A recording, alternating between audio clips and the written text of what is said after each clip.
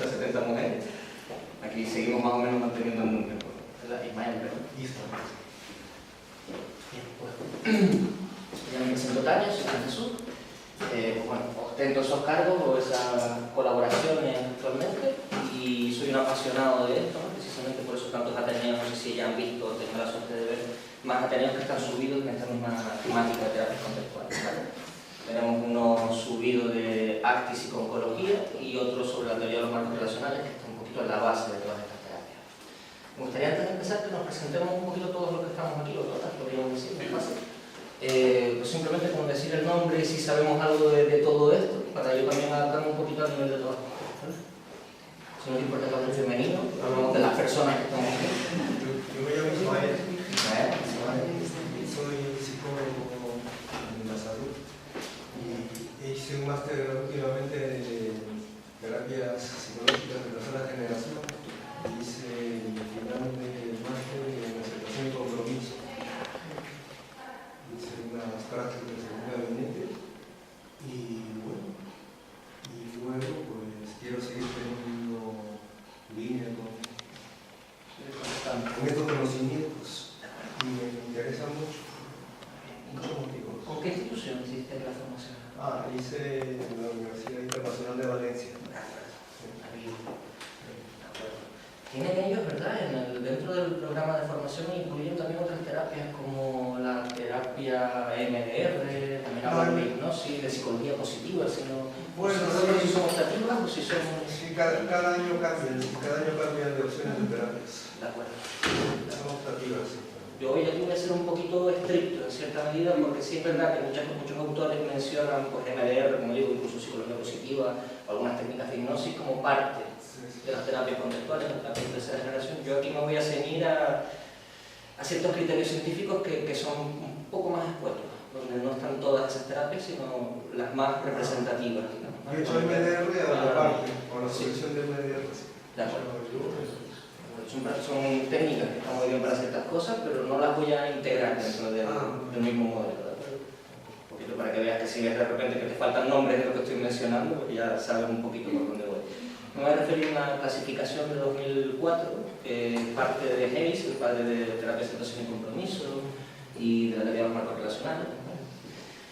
Y también basamos un poquito en el último libro de Marino Pérez Álvarez, de terapias contextuales como terapias de tercera generación, que también hace una clasificación un poco más reducida de esas terapias, más contextuales, por decirlo de alguna manera. Gracias por compartir. A ver si consigo dar alguna información nueva o por lo menos todo esto está resuelto. Gracias. Bienvenido. ¿Qué tal? Yo soy Ru y nada, siendo como psicóloga, espero hacerlo pronto. Y nada, estoy moviéndome un poquito más para formarme y sentirme preparada para lanzarme. Y bueno, me estoy animando a venir a todo lo que pueda para aprender. Gran recomendación. Que tienen todo. Gracias. Yo soy Laira y sí que tengo formación en terapias contextuales, en A, en PA, en activación intelectual y estoy haciendo un experto por la Universidad de Medellín. Bienvenida. Hola, soy Raquel, soy estudiante de psicología, estoy en el cuarto año y vengo a aprender un poco más. Hola, soy Cristina, igual soy estudiante de la UNED, tengo una asignatura que es técnica de intervención cognitivo-conductual y ahí es donde se explica y pues un poco para profundizar. De acuerdo. Ahora comentaré algo con respecto a que son estudiantes, ¿no? Algunos cambios, algunas diferencias. Sí, yo soy María José, soy estudiante de psicología de la UNED y yo para mí esto es mi camino y estoy dispuesta a aprender todo lo que sea posible. Bienvenida. Hola, soy Ángeles, tengo una consulta y aplico terapia cognitivo-conductual y estoy empezando a aplicar. Enriqueciendo un poquito ahí. Fantástico, gracias. Y yo soy Belén, soy su hija y vengo de... Muy bien. Así empezamos yo y mi madre también, mira dónde estoy ahora. Muy bien, bienvenida. Y tenemos a Tania, la doctora de psicología. Bueno, yo soy Tania, soy la como saben, la coordinadora del Ateneo. También trabajo en un gabinete, en una consulta. Y bueno, estoy también empezando a raíz de Juanje, que me ha dado algunos consejillos y algunos libros y demás, también iniciándome un poquito en lo que es la aplicación de la aceptación y compromiso. Gracias, Tania. Bueno, todo esto de las terapias de tercera generación, terapias contextuales, se suele hablar mucho de terapias de conducta, ¿vale? Extremadamente conductistas. Sin embargo, leerán por muchos lugares, incluso he visto temas también de Valencia, ¿no? Y también los términos que ustedes estaban utilizando de terapias cognitivo-conductuales. Al final estamos hablando de terapias cognitivo-conductuales, o sea, trabajamos la conducta y trabajamos la cognición. Lo que pasa es que se hace de una forma un poquito diferente, hay matices que cambian las cosas, ¿vale? Podríamos decir que los cambios que han ocurrido a nivel básico, a nivel de investigación básica, son leves, son matices, son pequeños, pero han dado pie a una construcción de un modelo completamente diferente. A nivel aplicado, a nivel de intervención, sí que cambian cosas radicalmente, ¿vale? Cambian mucho la situación. Sin embargo, ahora mismo además en esta clasificación pueden ver que muchas de estas terapias tienen la palabra cognitiva por el medio, ¿vale? Como decía antes, le decía el compañero Ismael, muchas de estas terapias, incluso otras, se están añadiendo a todo el bagaje de terapias contextuales, cuando muchas de ellas ni siquiera están basadas en los modelos de base, en el contextualismo funcional, que da pie a que se llamen así, y a que el autor Stephen Hayes, como les decía antes, estableciera en 2004 el criterio de tercera ola de terapia o terapias de tercera generación. La primera de ellas, y que es la terapia contextual por excelencia, ¿no? Tenemos la terapia de aceptación y compromiso, este es Hayes, el que llevo mencionando un ratito. Tenemos otros autores importantes también dentro de esta terapia, como Russ Harris, Kelly Wilson, Roche, Dermot Barner-Holmes. Pero Hayes fue tanto el padre de la terapia, publicando creo que desde el año 84 un pequeño acercamiento, y en el año 89 ya una publicación bastante seria, donde todavía no se llamaba terapia de aceptación y compromiso. Esto es un nombre más relacionado posteriormente con el tema del marketing de esta terapia, ¿vale? Al principio se llamó terapia de distanciamiento comprensivo, ¿vale? Una especie de toma de distancia de los eventos personales que eran más dolorosos, los síntomas, etc.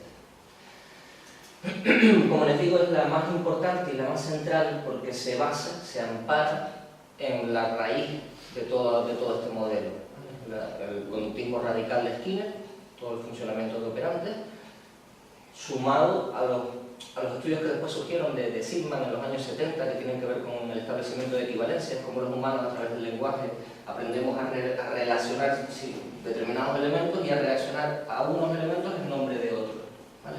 A reaccionar a la palabra perro como si realmente tuviéramos un perro delante, ¿vale? Eso se fue descubriendo y analizando a través de los estudios de Sigman, y después se ha desarrollado muchísimo más hasta la teoría de los marcos relacionales. Esta es la única terapia, la terapia de aceptación y compromiso, que está basada exclusivamente en todo ese modelo. Exclusivamente. Después tenemos la terapia de activación conductual, de Jacobson. Jacobson, el mismo de la relajación progresiva. Les hablaré más en profundidad después, pero es una terapia puramente contextual, muy conductual, y es la más protocolizada dentro de las terapias contextuales, ¿no? Para quien viene a lo mejor de terapia cognitiva le puede resultar muy cómoda, bastante fácil de llevar, ¿no? Va a haber formaciones próximamente de esta terapia, ¿vale? En el colegio. Tenemos también, tanto en la terapia de aceptación y compromiso, que tenemos a Luciano, Carmen Luciano, tenemos a Marino Pérez Álvarez, tenemos grandes exponentes a nivel internacional que están en el territorio nacional tanto desarrollando en investigación como en divulgación. Y en la terapia de activación conductual, 3/4 de lo mismo. Tenemos a Jorge Barraca, también Marino Pérez Álvarez, que está estudiando bastante. Y tenemos después la psicoterapia analítico-funcional, que es otra de las fuertes, digamos, dentro de las terapias contextuales. La primera publicación de manual salió en el año 91, fue bastante rápida, o sea, digamos, la publicación que les comentaba antes, que ya Hayes había hecho una publicación de la terapia de distanciamiento comprensivo como terapia contextual en el año 84 y en el 89, pues en el mismo 89, en la misma publicación, había un capítulo de terapia de aceptación y compromiso de Hayes y un capítulo de psicoterapia analítico-funcional de Colin Berisay. O sea, desde el 89, digamos, que salieron a la luz a nivel científico. Ya desde antes se estaban macerando, se estaban creando todas estas líneas, pero hasta ahí no llegaron a manos públicas de cualquier científico que quisiera saber un poquito ya de esto. Es una terapia también puramente conductista, ya no se basa tanto a lo mejor en la teoría de los marcos relacionales, aunque actualmente se están mezclando mucho, también porque muchos de los profesionales que están llevando a cabo una terapia, pues una de las terapias, como la terapia de aceptación y compromiso, están encontrando un apoyo a su trabajo dentro de la otra, entonces al final se están confluyendo tanto que se ha dado nombre actualmente a una FACT, como ya mezclando los nombres ahí de las dos cosas, ¿no? También es verdad que dentro de la terapia de aceptación y compromiso tenemos componentes de activación conductual, igual que los hay dentro de la psicoterapia analítico-funcional, y poco a poco probablemente acabemos hablando de una terapia contextual, genérica, más que estar hablando con especificidades, ¿no? Entonces, que bueno, cada una tiene su origen, cada una tiene su autor, y eso no se puede cambiar por lo menos por el momento. Después tenemos la terapia de conducta dialéctica, o terapia dialéctico-conductual, que se suele leer también mucho, de Marshall Linehan, que la creó ella, y la creó con el interés de poder intervenir sobre casos de trastorno límite. Ella venía de la terapia cognitivo-conductual pura, ¿de acuerdo? Y vio que había cosas que no le funcionaban con el trastorno límite, había otras herramientas que le funcionaban mucho mejor y ella no entendía por qué, total que fue desarrollando un protocolo mucho mayor, bastante completo, ¿no? La terapia al completo lleva tanto terapia individual como terapia en grupo, es un tema bastante sólido, se utiliza el contacto telefónico con cierta continuidad, los mensajitos, digamos que se construye un andamio alrededor de la persona para que durante toda la terapia esté bastante agarrada. Si conocen trastornos límites entenderán también que es una situación bastante complicada de llevar. Ella misma, Marshall Linehan, no está de acuerdo con que se la considere una terapia contextual o una terapia de tercera generación. De hecho, se enfada bastante con ello, ¿no? Pero aún así, por su parecido o por su juego con la aceptación y el control de determinados eventos, ¿no? Al final acaba pivotando de una manera que acaba resultando prácticamente igual a otras terapias contextuales, aunque ella no se base en el contextualismo funcional ni en el conductismo radical, no se basa en las mismas raíces, pero ha llegado a algo muy parecido. Igualmente, si profundizan un poco en esta terapia, no voy a hablar hoy mucho de ella porque da para 4 días hablando, si profundizan un poquito verán que la mayoría de los trabajos que se hacen son de corte cognitivo, muy cognitivo, muy cognitivo. Incluso hay reestructuraciones, hay bastantes cosas que casi que podríamos decir que en cualquiera de las otras terapias un terapeuta se echa la mano a la cabeza, ¿no? ¿Cómo le vas a hacer una reestructuración cognitiva? Pues se hace, y aún así se está considerando dentro de las terapias contextuales o de tercera generación. Después tenemos la terapia conductual integrada de pareja de este hombre que está en todas partes, en todos lados se mete. Es una adaptación que Jacobson hizo a su terapia original de pareja. Una terapia de pareja ya creada previamente, de corte muy cognitivo-conductual también, y lo que hizo fue pues, adaptar un poquito tanto el punto conductual como introducir ciertos aspectos de la aceptación, ¿no? Aceptación de las conductas del otro, una comprensión en valores de toda la situación, ¿no? Entonces enriqueció un poquito su terapia y creó una terapia de pareja de tercera generación. Tampoco voy a profundizar en ella bastante, vamos a estar hablando prácticamente de estas tres. En algún momento dado picaré un poquito las otras, ¿vale? Pero ya profundizan demasiado, no tienen tanto mundo para lo que yo también pretendo un poquito, que es hablar de por qué se ha roto con el paradigma previo al trabajar desde estas líneas, ¿no? El paradigma biomédico. ¿Vale?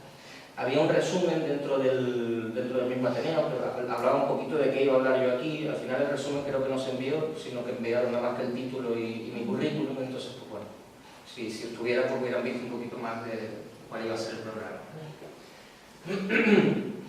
Aquí tenemos ya terapia cognitiva con base en mindfulness, está seguro que la conocen, ¿no? El MBSR, el programa de John Kabat-Zinn, es una adaptación del mindfulness y además la primera adaptación del mindfulness a la psicología.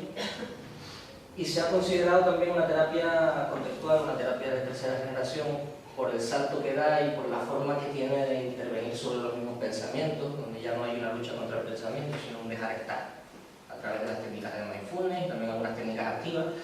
Porque hoy en día se utiliza mindfulness en muchas partes de la psicología, pero creo que esta es la única terapia que además te mete yoga y otro tipo de actividades más dinámicas dentro de las contextuales, lo cual es un poco una curiosidad. El mindfulness en sí se utiliza como técnica en todas las demás, ¿de acuerdo? Incluso como un entrenamiento de habilidades, como toma de conciencia como forma de poder hacer análisis funcionales, porque la persona está más en contacto con lo que le está ocurriendo en el momento presente. Sin embargo, sería como técnica incluida en todas las demás. Modelo puro sería la terapia cognitiva con base en mindfulness. También hay otras que han salido de toda esta corriente, como la terapia centrada en la compasión, enfocada, terapia enfocada, focused therapy, compassion. Y aunque no se las consideran de tercera generación, sí que tienen muchos aspectos que yo las pondría y las incluiría, porque al igual tienen incluso hasta más que algunas que están aquí. Y está muy bien, lo que sí es verdad que hay una especie de componente de modificación o de intento de modificación de los estados personales, de la sintomatología, a través de desarrollar o enseñarle a la persona a poder vivir esa compasión, ¿no? Y utilizamos ese estado compasivo, tanto con nosotros mismos como con los demás, de forma que al final acabamos alterando los estados emocionales o acabamos viviendo los estados emocionales de otra manera. Pero bueno, no está incluido. Yo le veo ciertos componentes que parecen un poco de corte cognitivo-conductual, pero que debería de estar. Tiene ciertas cosas que sí que van en la misma línea que la terapia cognitiva con base en mindfulness, ¿no? Pues tenemos otra más aquí, la terapia cognitiva con base en la persona para la psicosis de Chadwick. Es una terapia pues, que ha salido del psicoanálisis, también con corte conductista, aunque también nos pone la palabra cognitiva. Bueno, igualmente, Marino Pérez Álvarez ha estado totalmente de acuerdo en incluirla dentro de la misma clasificación. Bien, si se fijan, esta es para la psicosis, la activación conductual que antes no comenté es para la depresión, y todas las demás son más genéricas. Bueno, igualmente ahora iré comentando de cada una de ellas un poquito para qué sirven más, para qué sirven menos, entenderemos un poquito más qué es contextual, nos centraremos en eso más adelante. Pero sí me gustaría decir que, por ejemplo, aquí que he puesto psicosis, como les estaba diciendo, no es la única que está siendo utilizada para temas de psicosis, ¿vale? Se está utilizando la terapia de aceptación y compromiso, de hecho hay una propuesta de formación, todavía está por ver, pero una propuesta muy interesante para que venga el director del experto que está haciendo IDAIA, precisamente, José Manuel García Montes, que es uno de los grandes en España también en esta línea, para hacer una apuesta de formación sobre terapia de aceptación y compromiso aplicada a la psicosis, que es la línea que han estado desarrollando él y Marino Pérez Álvarez. Una formación que si conseguimos al final que venga, pues se la recomiendo a todos. Muy potente y muy interesante. Además él como persona y como terapeuta exquisito.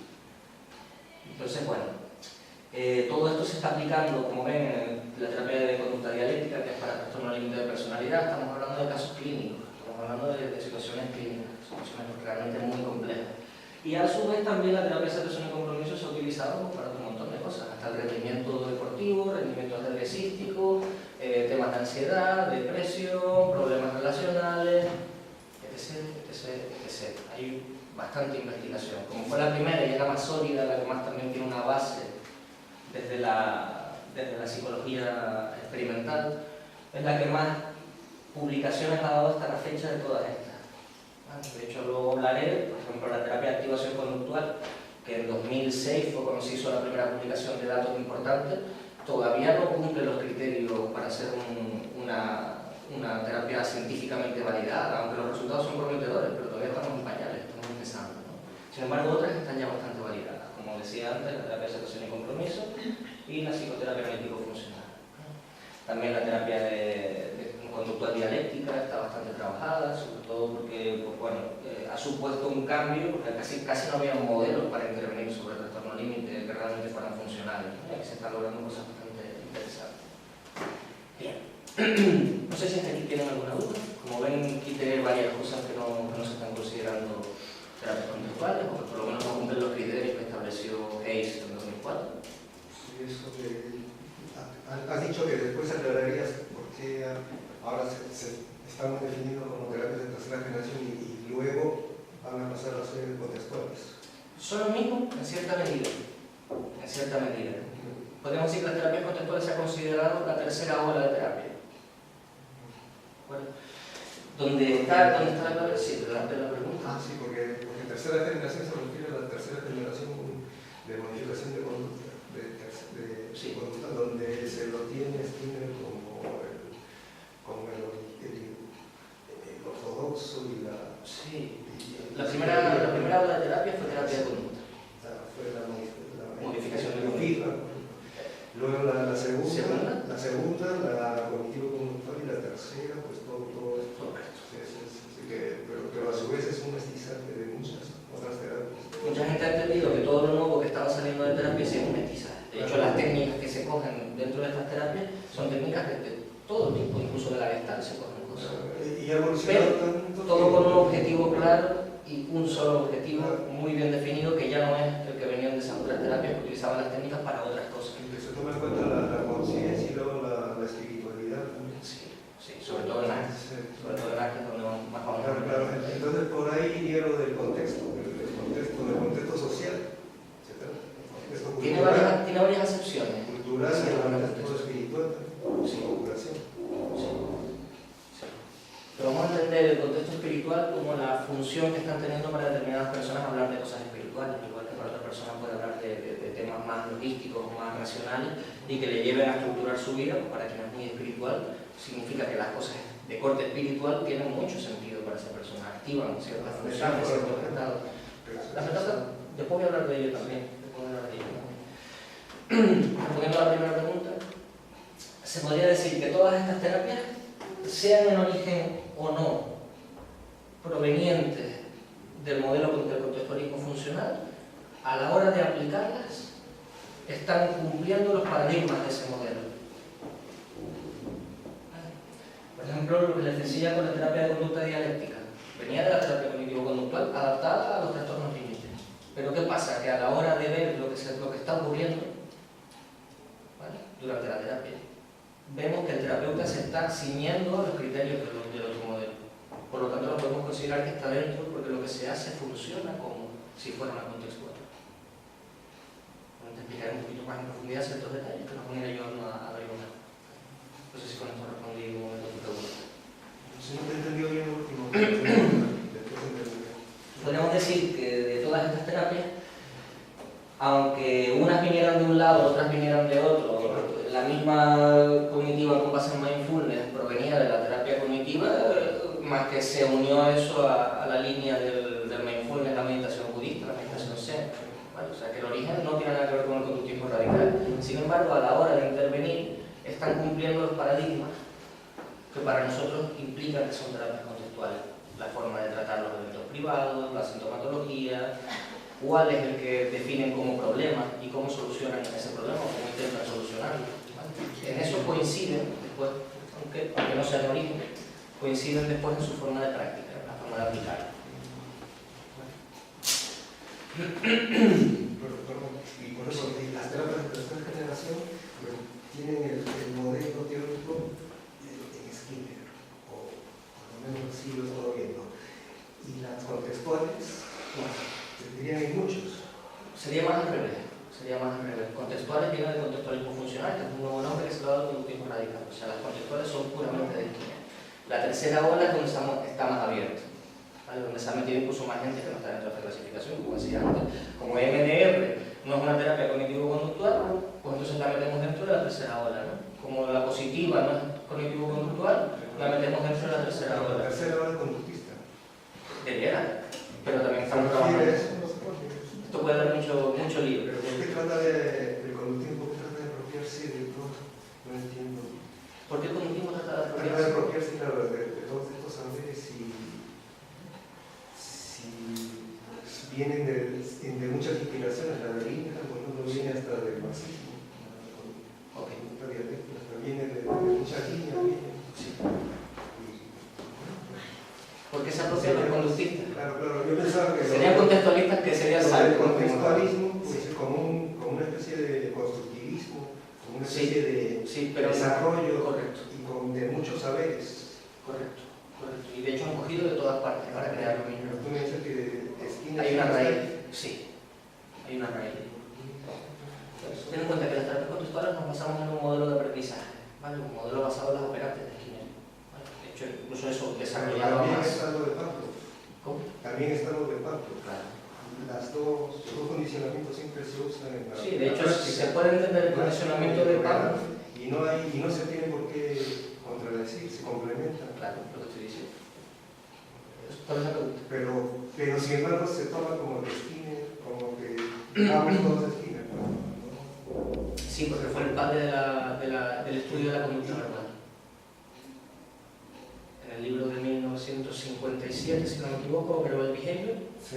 ahí es donde establece ciertos criterios como mando. Pero hay otros muchos teóricos de la psicología genética, por ejemplo, Henry Wallach, que ha hecho muchas investigaciones sobre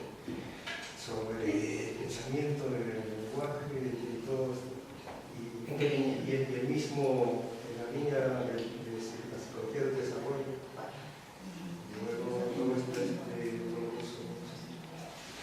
ejemplo, de la psicología positiva, también Ten en cuenta que es una... estudian todo eso. Nos vamos a liar mucho por aquí, Sí, vamos a liar mucho por aquí. Sí te digo que esto es un modelo puramente constructivista, pero amparándose en los resultados de psicología experimental, de investigación de laboratorio. El constructivismo es una hipótesis que cuadra muy bien con la realidad, pero que no está amparado en una investigación de base.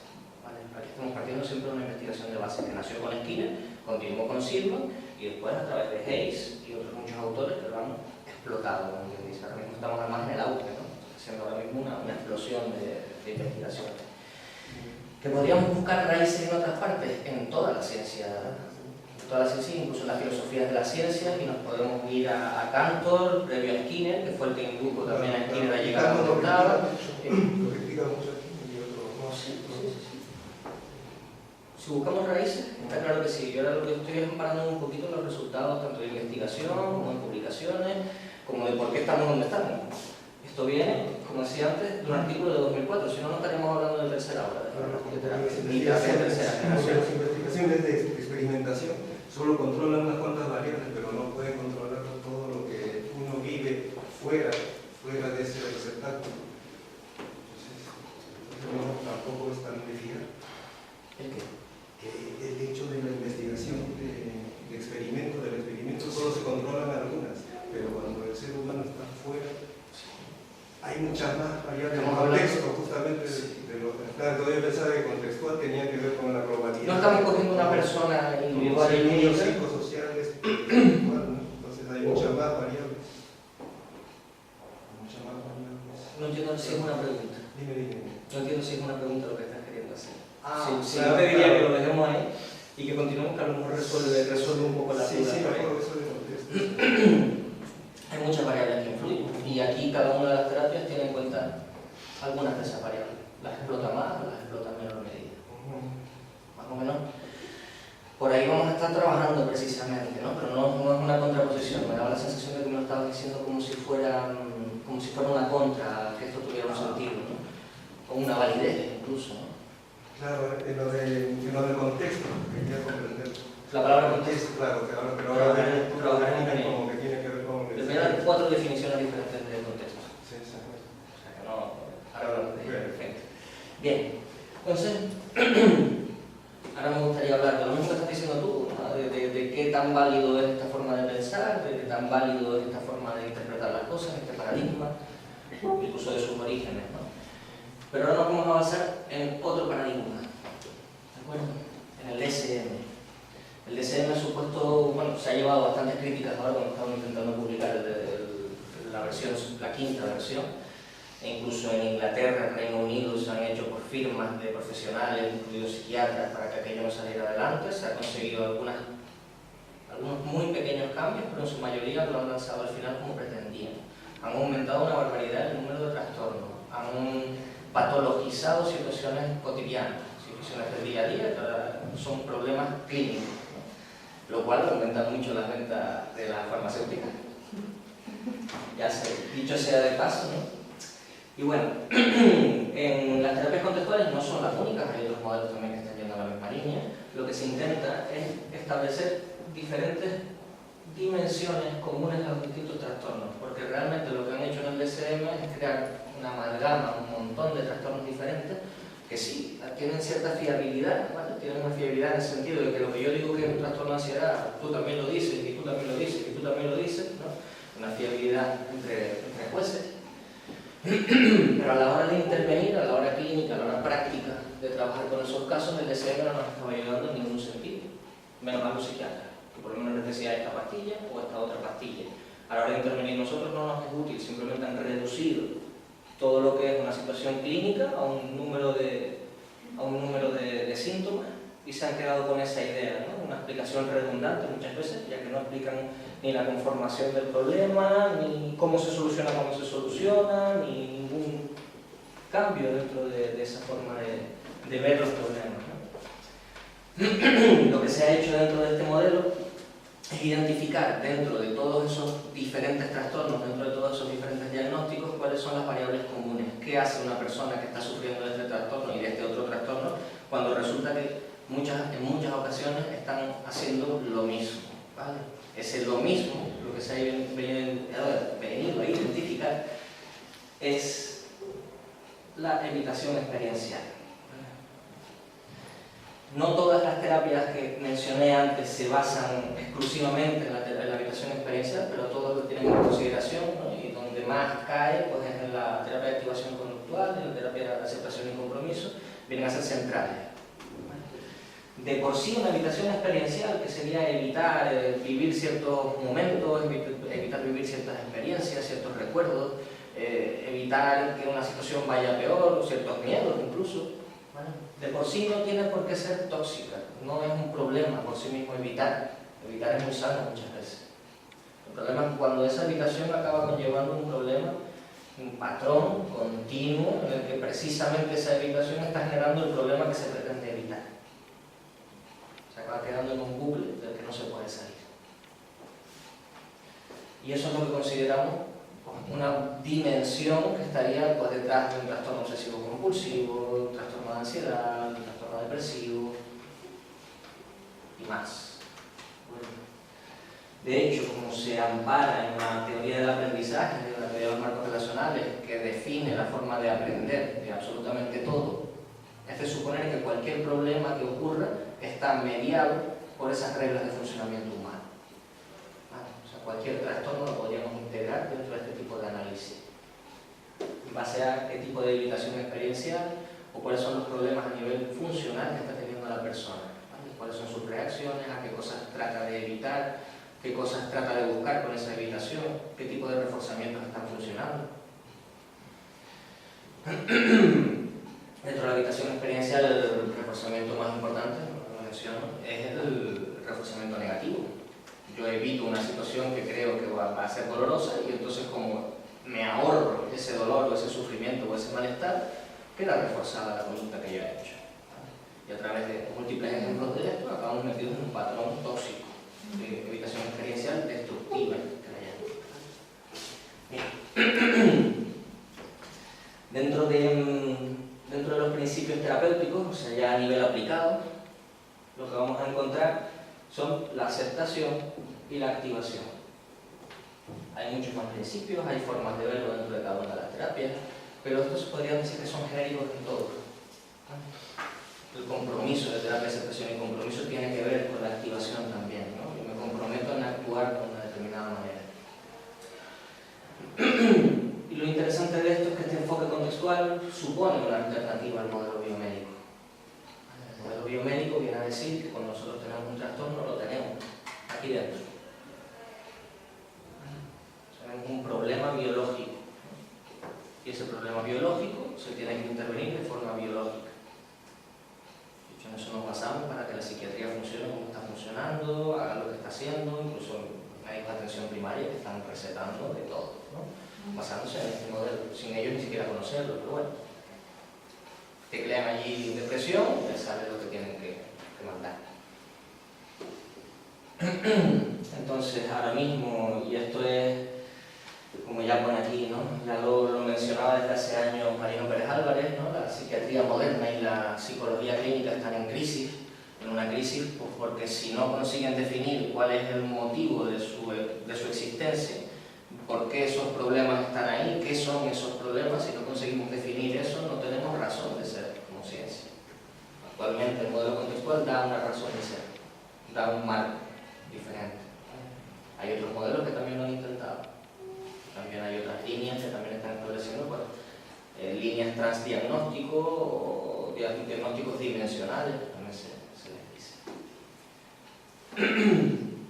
Entonces, como les decía, ¿no? ofrecen una perspectiva contextual de los problemas psicológicos y de sus intervenciones, que ahí está un poco la clave de este asunto. Cuando uno hace un diagnóstico de una situación desde la perspectiva contextual, establece pues, los contextos, como tú comentabas ahora, ¿no? Los contextos de todo tipo, tanto social, como mental, como histórico del individuo. Dentro de ese problema podemos entender cómo se ha originado el tipo de conductas problemáticas que tiene el cliente actualmente, y también podemos entender dónde hay que intervenir para precisamente ese problema solucionarlo. ¿Vale? Ahí, como que dice, nos salimos del problema que estaba teniendo el DSM. Entonces, el tema del DSM, como les decía antes, ¿no? Que no hay una validez predictiva, ¿vale? Ni de constructo, en tanto que lo que nosotros decimos que es un trastorno, aunque la fiabilidad entre jueces esté bastante aceptada, la ciencia no nos ha demostrado cuáles son las diferencias exactas entre un trastorno de ansiedad y otro tipo de trastorno, más allá de basarnos simplemente en una lista de síntomas. Ahora aquí sí que tenemos una diferenciación de qué es un problema y cuál es otro problema. O sea que a nivel de constructo tenemos una mayor validez. Y a nivel de validez predictiva lo mismo. El DSM no nos dice qué terapia va mejor con cada cosa. Aquí sí. Esa sería una pequeña diferencia también importante. Esto no es la panacea, y de hecho está empezando. Estamos empezando todavía a desarrollarlo, ¿no? Hay muchas cosas por hacer y hay muchos modelos de terapia que funcionan igualmente. No estamos diciendo que esto sea lo único que vale, ni mucho menos. El DSM tiene sus utilidades también y la psicofarmacología tiene sus utilidades en momentos determinados, puntuales. Pero yo, que soy un crítico acérrimo, la verdad es que este modelo cuajó en mí mucho, precisamente porque notaba matices de un poco de cabeza, un poco de saber entender al ser humano y la experiencia propia, ¿no? Y me gustaba mucho más que otros modelos. Cuando he ido profundizando me he ido dando cuenta que realmente hay de dónde rascar, hay de dónde sacar, y que esto se tiene que implementar en la psicología. Y a partir de ahí saldrán cosas nuevas también. Esto se quedará atrás y seguiremos para adelante. Pero hoy en día, precisamente, con el problema que estamos teniendo, puede que esto nos ayude a dar ciertos pasos y dejar cosas atrás. Ahora mismo aquí. Esta es la tuya, ¿no? La pregunta tuya. ¿Qué es contexto? El contexto. El contexto social, el contexto cultural. Mira, hay varias formas de entenderlo, varias formas de meternos a profundizar en ese modelo de qué es contextual, qué es el contextualismo, ¿no? Realmente la definición más pura, y vendría de la psicología básica, ¿vale? La aplicada, sería que el contexto es el contexto temporal en el que ocurre cualquier conducta, el antecedente de la conducta y el consecuente de esa conducta. ¿Vale? Hay un antecedente que me sirve de estímulo discriminativo, me sirve para yo decir tal cosa, esa sería mi conducta, y eso va a recibir después una consecuencia. Si todos empiezan a pasar de mí y ya no me miran, pues es poco probable que vuelva a repetir la misma frase. Bueno, ese sería el contexto. Podríamos hablar de causa, efecto, pero no lo vamos a medir así, sino es como lo que engloba esa conducta y lo que por lo tanto da función a esa conducta que estamos teniendo. Lo que ocurrió previamente da sentido a lo que viene después. Si yo digo ahora pepino, pues viene sin contexto. Sin embargo, si estamos diciendo que le podemos poner una ensalada y digo pepino, ahora tiene contexto, tiene una función, tiene un sentido. Esa sería la definición más pura de contextualismo. ¿Y el sentido que tiene el sujeto, sus valores? Si en ese momento... Sus deseos, su significado, el significado...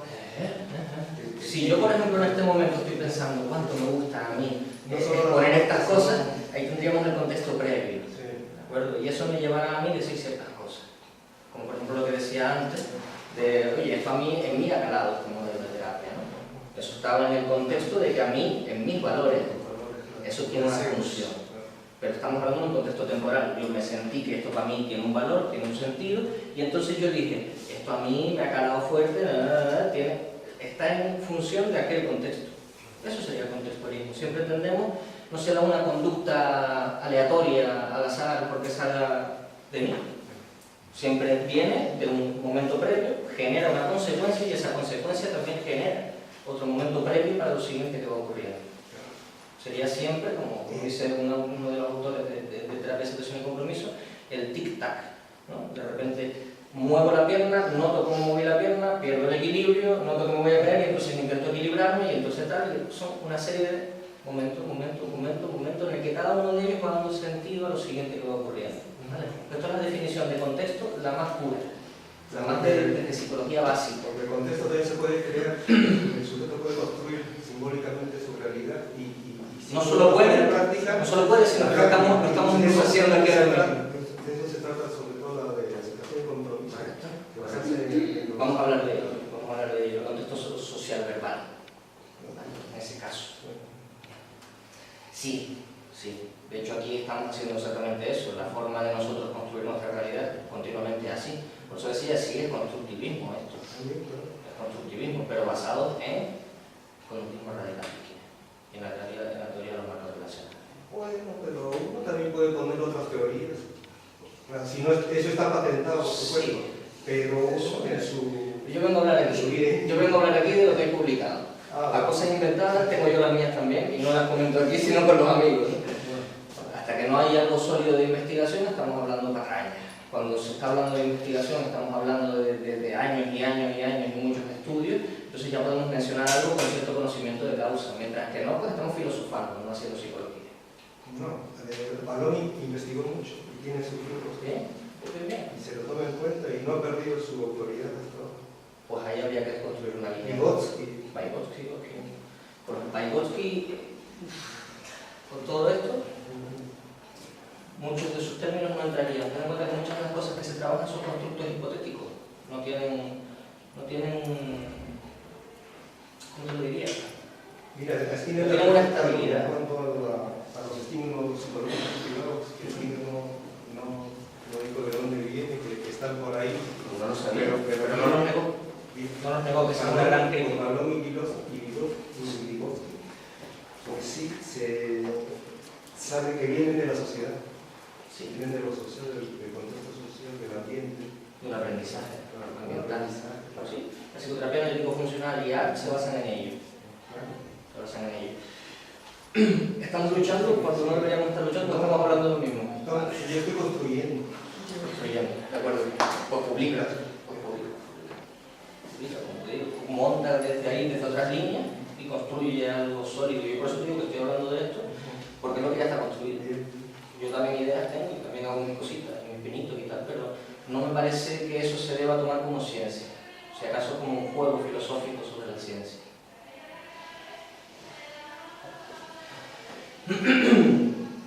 Bien, entonces como les decía, contextual, acabo de dar una definición muy pura, ¿vale? Muy desde la base, desde lo que era el contexto de las conductas, los antecedentes y los consecuentes, pero ahora nos vamos a ir más a lo aplicado. ¿Cómo es de contextual y por qué son contextuales las terapias contextuales? ¿Y por qué hay diferencias entre unas y otras? ¿De acuerdo? Y es que tenemos tres principales maneras de entender contextual. ¿Vale? Cuando estamos hablando de intervención terapéutica, estamos hablando de dos personas que están sentadas normalmente, hay otros modelos, ¿no? Incluso la terapia online, ni siquiera están juntos, pero normalmente, ciñéndonos a lo típico, tendríamos una persona delante de otra sentada intercambiando conducta verbal. Y de ahí surge un cambio. Desde este modelo, como les decía antes, además entendemos que cualquier cambio que surja se va a explicar dentro del mismo modelo de aprendizaje que se ha desarrollado. O sea que si una terapia cognitivo-conductual funciona, funcionaría porque se están utilizando estos principios. Porque cuando no funcione sería porque no se han entendido bien esos principios o no se ha llegado a contactar de la forma adecuada con el problema. Incluida un psicoanálisis, también estaríamos hablando de lo mismo, entendido desde este modelo. Es un poco presuntuoso, pero el modelo de por sí lo es. Es bastante presuntuoso. Trata de explicarlo todo, cómo somos los humanos. El primer contexto sería este que les estoy comentando, la relación terapéutica. Y hay una terapia que lo explota, una barbaridad, y va casi directo solo a eso. Toca otras cosas, la forma de entender el contexto, pero es puramente el contexto de la relación terapéutica, la relación que se establece entre dos personas, una relación que además con el tiempo acaba siendo una relación histórica. La primera sesión es la primera sesión. Vale. Gracias. la primera sesión es la primera sesión, segunda sesión, tercera sesión, cuarta sesión, y al final estamos estableciendo una serie de relaciones con el paciente que van construyendo un repertorio de formas de comportarnos entre nosotros. Si ese repertorio se utiliza de la forma adecuada, estaríamos modificando el contexto de relaciones que tiene el cliente. Y es justo, según FAB, donde se producen el tipo de problemas que interviene FAB, que es bastante amplio, se producen siempre en las relaciones personales. Es justo, como decías antes, el tema social, el aprendizaje social, como yo me relaciono con los demás. Ahí es donde estaría el problema conductual de la persona. Por eso cogemos una misma relación esperando que ahí surjan esos problemas y trabajamos desde ahí. Además sabemos que por mucho que hagamos así, cuando el paciente no lo tenemos delante no podemos influir en él. Influimos cuando está delante y después seguimos influyendo con el tiempo si la persona sigue generando conductas cognitivas o conductas mentales propias, privadas, relacionadas con la misma terapia. Pero ya nosotros no tenemos una influencia directa, por lo tanto hay que aprovechar ese contexto, el contexto de la relación, para poder generar cambio. Está claro que las demás no cogen e intentan cambiar sin necesidad de contactar con el paciente, también aprovechan esto, pero estas personas lo han explotado una barbaridad, Say y Kohlenberg, ¿no? Se han centrado en ese punto de vista y han descrito de forma conductista y operante las relaciones que ocurren entre paciente y terapeuta. El segundo contexto sería el contexto social ambiental, o sea, el ambiente, el entorno del día a día, con qué contacta la persona, su trabajo, sus alrededores, lo que hacen en el día a día, etc. Y los problemas psicológicos se entenderían dentro del contexto. ¿Vale? No se podrían entender fuera de ese contexto. Una persona la metes en una cajita y ya no tienes delante todo lo que está influyendo en su depresión. De hecho, estamos hablando del contexto social ambiental que nos explota es la terapia de activación conductual. ¿Vale? Ahora hablaremos de ella en profundidad. Y lo que dice aquí de la situación, después lo explicaré mejor, pero no se comprende, como quizás se comprendía en el modelo biomédico y todavía se entiende así en la gran mayoría de la psicología, no se entiende que la persona tenga una depresión dentro, sino es la persona la que está dentro de una situación depresiva. El problema no está aquí.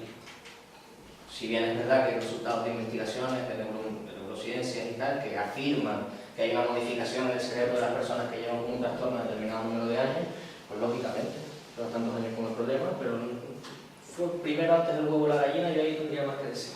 No estoy de acuerdo con la causalidad que se establece. Que hay un problema cerebral que genera el otro problema. Y no soy el único que no está de acuerdo. Lo digo por ahí. Y después tendríamos el último, el contexto de la persona, el contexto social verbal que comentaba Ismael, que viene a ser la construcción. Aquí sí estamos hablando del puro constructivismo de la realidad, cómo la persona construye su realidad, ha aprendido a crearla, cómo el lenguaje influye en todo eso. El lenguaje no nos venimos a dar cuenta en el día a día demasiado, pero vivimos metidos en una especie de fluido de palabras y del sentido de esas palabras, y en base a eso se generan los contextos que generan lo que nosotros hacemos.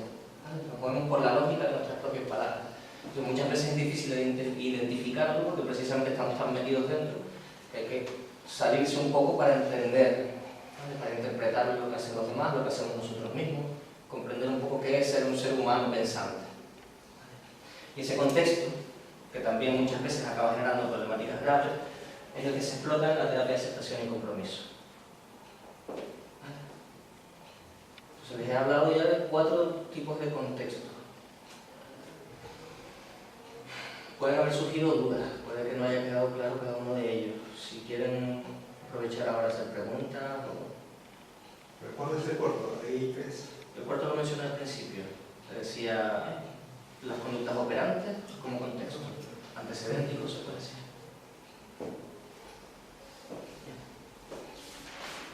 Bueno, vamos a hablar de FAP, psicoterapia analítico-funcional. Es una terapia, como ya les comentaba, que utiliza la misma relación terapéutica, entiende el problema, como ya les dije también, como precisamente un problema en las relaciones con los demás, donde se va construyendo el yo. El propio yo, la propia identidad, la forma de nosotros entender lo que somos, lo construimos relacionándonos con los demás. Desde pequeñitos nos van diciendo tú esto, tú lo otro, tú no sé cuánto, y al final nosotros lo decimos yo esto, yo lo otro, y al final aprendemos que yo es esto, que está aquí ahora, ¿no? Que está viviendo esta experiencia. Hay una parte muy verbal, muy gramatical, que tiene que ver con la construcción durante múltiples ejemplos de ese yo camino, yo como, yo salto, yo... ¿vale? Y al final abstraemos esa palabrita con la Y y la O que simboliza esta experiencia, y después además la continuidad de las experiencias las vamos metiendo o marcando dentro de lo mismo, ¿vale? Si vemos a alguien cortándose un brazo, se lo está cortando él, ¿vale? Si me lo estoy cortando yo, es yo, entonces lo metemos dentro. Es una forma de construir, ¿vale? Una conducta mental. Ya más o menos, como estaba diciendo, los problemas psicológicos implican algún problema interpersonal, y las relaciones interpersonales va a ser el contexto que permita evocar el problema de la persona en sesión. Vamos a utilizar la misma sesión, es una terapia, a mí me gusta la palabra instigadora, pero puede sonar un poco bestia, ¿no? Evocadora, suena mejor, ¿vale? Donde tratamos de evocar precisamente las dificultades que tiene la persona, pero centrándonos en nuestra relación allí, no que nos hable de es que esa gente me dice aquello y me pongo enfadado, no, sino ¿dónde le está costando? No es eso lo que se hace con las metáforas en ACA. También, Es pero eso, de ¿no? diferente manera. Ten en cuenta que con las metáforas estamos intentando que la persona contacte con su problema de una forma diferente, más vívida, incluso en sesión, pero no está teniendo el problema. Sí, pero haces una referencia directa a través de esa experiencia vivencial al problema. Exacto. Y establecemos una equivalencia entre el problema que está sucediendo aquí, cómo fuera le ocurre, y las sensaciones que le vengan, es así como te sueles sentir allí. Esto también se utiliza aquí bastante, bueno, mucho bastante no, es una de las reglas específicas. Pero, ¿cómo le diría?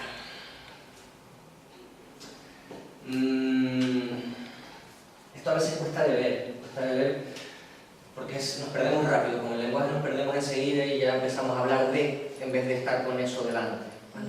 Aquí interpretamos, desde la psicoterapia analítico-funcional, interpretamos que si la persona le cuesta mucho aceptar una crítica, nosotros como terapeutas tendremos que criticarle y que le cuesta aceptarla delante de nosotros. Entonces ahí es cuando estamos jugando con la conducta real, con la conducta problema, con la conducta específica que le sucede fuera, está sucediendo aquí. No estamos hablando de, estamos viviéndola. Y entonces en ese momento utilizamos el moldeamiento. Puramente conductista. Lo que no vamos a meter conductas, como decíamos antes, pues yo que sé, una ticotilomanía, no me arrancó el pelo, sino conductas relacionales, que tienen que ver con cómo yo me reacciono ante cosas de los demás, cómo me tomo las cosas de los demás. Entonces es una terapia bastante intensa, demasiado intensa, de hecho, en algunos momentos, ¿no? Porque estás continuamente devolviendo ciertas cosas que ves. O sea, estás provocando una reestructuración cognitiva. Podríamos decir que sí, aunque en el fondo no es reestructurar los pensamientos que tiene la persona, sino que aprenda a desenvolverse en nuestra relación de una forma diferente a la que hace fuera. Reestructura o no reestructure, ¿no? Como bien dice, pero sí, estamos instigando, estamos instigando que la persona tenga esas conductas en sesión y estamos dándole facilidades para que las modifique. O sea que ahí es un arte de terapia, ¿vale? Lleva mucho trabajo aprenderla, mucho trabajo de supervisión, y una vez que uno la tiene bastante pillada, se consiguen cosas muy bonitas. Incluso es una terapia que aprovecha mucho todo lo que va surgiendo en sesión, incluso momentos en los que de repente la persona sí sabe afrontar una dificultad. Nos encontramos que en otro contexto, hablando de otra cosa o preguntando de otra cosa, ya reacciona de una manera dificultosa, y entonces le podemos hacer mención al momento de ¿y por qué antes sí lo pudiste tomar bien? ¿Qué hiciste antes diferente? Estamos estableciendo equivalencia. Esto en terapias breves se podría hablar de la excepción, ¿no? Esa conducta que sí es funcional a veces, ¿no? O las soluciones intentadas cuando no lo son, ¿no? O sea, se puede conectar con muchas otras terapias la forma de entenderlo, pero al final siempre estamos buscando que la persona, a través de moldeamiento, y ahora voy a explicar qué es lo que se moldea, ¿vale? Cambie su conducta problemática en sesión y las convierta en conductas adaptativas. Y esas conductas adaptativas, una vez que ya han ocurrido, si conseguimos que tanto el refuerzo que está consiguiendo dentro de sesión al hacer las cosas bien, por decirlo de alguna manera, bien, correctamente, de forma adaptativa, nosotros le vamos a establecer un contexto de reforzamiento. Necesitamos que ese contexto de reforzamiento esté fuera. porque si no la generalización es casi sin sentido. Entonces, si la persona con nosotros... Pero hay que entender la relación terapéutica como una situación de laboratorio, concretamente. Sí. Porque la calle, el entorno, lo que vive la persona fuera de esa relación La realidad terapéutica, es esa. escapa al control del terapeuta. La realidad es esa. Pero intentamos, y de forma clara y intensa, que la relación sea lo más natural posible. O sea, hace un gran esfuerzo para que la relación sea lo más natural posible. Es algo que se entrena y se aprende. ¿Vale? El terapeuta se puede conseguir. Aún así, lo de fuera escapa a lo nuestro. Pero si lo seguimos hablando en la siguiente sesión, vas adaptándote y vas viendo cuáles son los problemas y qué respuesta puede obtener de sus entornos y de su contexto social. ¿Vale? Si nos vamos adaptando con eso, conseguimos muchas cosas. Yo la he aplicado de forma individual, o sea, solo psicoterapia analítico funcional, y he tenido resultados asombrosos. Y cosas que uno dice, esta persona lleva 10 años actuando, perdón, como el culo, de repente resuelve un conflicto conmigo de una manera más adecuada y resuelve de repente 15 conflictos a la vez en una semana. Y entiende cuál es el Claro, error que claro, comete. abstrae eso. Si realmente le importa a la persona y establece buenas equivalencias entre lo que pasó en sesión y lo que le estaba pasando fuera, funciona. Funciona, aunque parezca, como estabas diciendo, que hay ciertos matices problemáticos, ¿no? De que no tenemos un control real de lo que ocurre. Pero funciona muy bien. Curiosamente, muy bien. Bueno, todo esto ya lo he comentado. Bueno, aquí ya he hablado de una relación interpersonal natural no artificiosa. ¿Vale? El terapeuta se moja mucho aquí. Aquí no hay nada de doctor, ni bata, ni nada. De hecho, yo en mi despacho no tengo escritorio, ¿no? Me siento al lado tuyo y empiezo allí muy cercano y nos metemos en la mierda los dos. Y si tienen que salir emociones mías también, que salgan. Lo importante es que se genere un contexto, por un lado, de la alianza terapéutica, de confort, confianza, seguridad, etc. Pero por otra parte, que sea algo intenso. Que revuelva. Sí, que revuelva. Bien. Que sea implosivo, vamos. Sí, muchísimo, de hecho. Muchísimo, la que más. Todas estas es la que más. Quizás con alguna excepción en ciertas situaciones en la terapia dialéctico-conductual, que también al ser con trastornos límites tienes que generar ciertas confrontaciones a veces complejas, ¿no? Bueno, las funciones del terapeuta en FAP vienen a ser, la primera, suscitar, o sea, generar en el cliente ese tipo de reacciones que tiene afuera. Para eso, si le damos igual al cliente, y está en plan pasatiempo, poco podemos hacer, a no ser que ese sea el problema que tenga afuera. Tenemos que generar algo potente. Contexto discriminativo, ¿vale? La persona, de toda la experiencia que está viviendo en un momento dado, yo ahora mismo de hecho estoy viviendo por lo que estoy pensando, lo que estoy diciendo, las caras que veo de ustedes, pero a lo mejor me estoy perdiendo un picor de espalda y no me estoy dando cuenta de esa parte, ¿no? Lo mismo le pasa a las personas cuando están metidas en un problema psicológico. Ven lo que no les gusta, ven lo que les resulta un conflicto, ven ciertas cosas, pero no ven cómo se toman el trasfondo emocional de ciertos aspectos, por qué reaccionan de una manera o por qué reaccionan de otra. Nosotros les estamos ayudando señalándolo. Veo que te acaba de afectar lo que te acabo de decir. Y entonces en ese momento la persona acaba de tener una discriminación de eso personal, de su propia reacción, que muchas otras veces ni siquiera se dan cuenta. Siguen mirándote a ti y solo te discriminan a ti, pero no se discriminan a sí mismos. Entonces nosotros vamos a facilitar eso. Y por otro lado, reforzar, por ser reforzadores. Vamos en muchas ocasiones a castigar conductas, pero no las vamos a castigar pegando una bofetada al cliente. ¿Vale? Vamos a establecer un reforzamiento en castigo, o sea, vamos a intentar que una conducta no se dé. Si la persona nos dice algo de una forma muy rígida, por decirlo de alguna manera, o reacciona de una forma muy... pues, dejar de prestarle atención o poner cara de un... o si tú lo dices, ya es un castigo. De hecho, la persona va a hacer que se pare y revise para adentro y este que me está diciendo, y ahora qué hago, ¿no? Igualmente, la mayor parte va a ser siempre moldeamientos positivos. Siempre vamos a ir en reforzamiento, haciendo enlaces con si hicieras esto que acabas de hacer aquí, en tal que hubiera pasado. También tocaremos valores, en el sentido de esto era lo que tú buscabas, este es el tipo de persona que quieres ser, que me reacciona así y me acaba de insultar por la cara sin conocerlo, este tipo de cosas, ¿no? Entonces, siempre tocando cosas que vayan a resultar valiosas para la persona, que resulten reforzadores entendidos dentro del contexto de esa persona, ¿vale? A un niño le puede servir un chupete, pero a un adulto no. A un adulto le tendrás que hablar de sus cosas personales. Bien. Y aquí va, esto Esto ya clarifica un poquito de qué es lo que vamos a hacer en psicoterapia analítico funcional y está muy bien. La verdad es que lo han simplificado muchísimo esta terapia y con un par de reglas y un par de normas se consigue muchísimo, una barbaridad. Vamos a dividir las conductas en 3 tipos de conductas, ¿vale?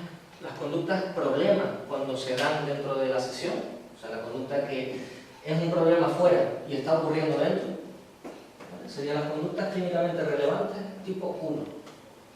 ¿Vale? Son las que queremos modificar, las que queremos cambiar, las que están metiendo al cliente en una situación bastante poco funcional, bastante poco útil. Las SR2 son las mejorías del cliente que ocurren durante las sesiones terapéuticas. O sea, el cambio. Lo contrario a esto sería esto.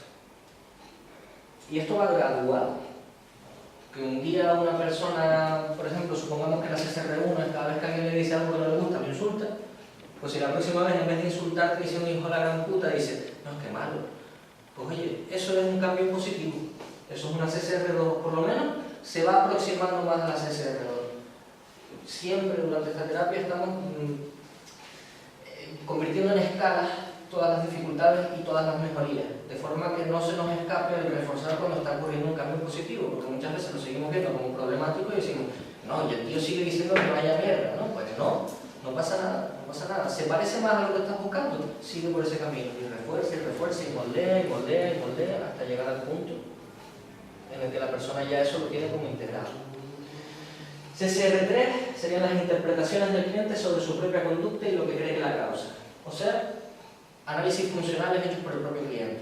O sea, es que claro, cada vez que me siento así, pues yo tengo que salir corriendo. O que la que nos interesa sería en positivo, ¿vale? Sería, pues antes, cuando me pasaba eso, salía corriendo. Hoy en día, cuando siento eso, me doy cuenta que para mí es más importante estar allí y me quedo, pese a lo que esté sintiendo. ¿Vale? Eso sería una gran CSR3 que además habría que reforzar. ¿Vale? Estas son, todas estas interpretaciones generan o son las reglas que nosotros tenemos dentro. Por ejemplo, hay cosas a las que no estamos dispuestos. Por ejemplo, si a alguien no le gustara volar, pues yo tengo ya el miedo integrado, de que tengo, bueno, la sensación de que tengo miedo a volar, y si alguien me dice, oye, nos vamos volando, ya yo tengo el no puesto previamente, ¿no? Como yo no voy a ir a volar porque voy a pasar un miedo terrible o porque no sé cuánto. Son unas reglas a las que nos ceñimos, ¿vale? Este tipo de reglas son lo mismo, reglas a las que nos ceñimos, pero reglas en positivo, reglas que generarán precisamente la rotura del problema que estábamos teniendo. No sé si esto se me está entendiendo. A nosotros ayudarle al cliente, tanto por nosotros hacer ese tipo de establecimientos de relaciones, como que los haga el cliente solo, que son los mejores todavía, porque son en sus propias palabras, lo que le estamos ayudando es a que se construya un nuevo repertorio de formas de funcionar que cuando salga afuera siga estando activo, siga siendo la norma por la que yo me guío.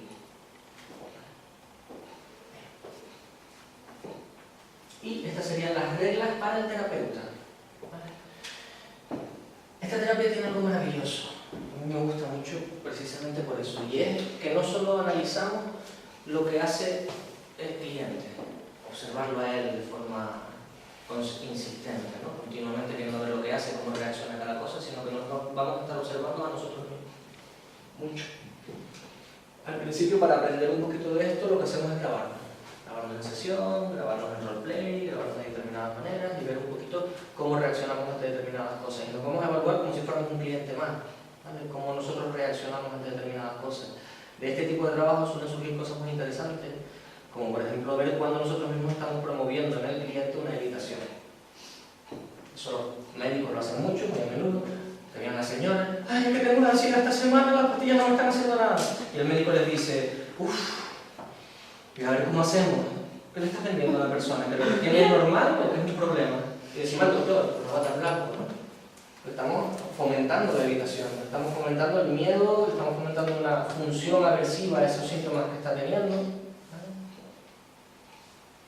Nuestro interés aquí es cambiar eso radicalmente, por eso hay que estar muy dispuestos. La convertimos en un sujeto activo, de repente se da cuenta de que ya no puedes delegar en el médico que te resuelva el problema, eres tú la que tienes el problema.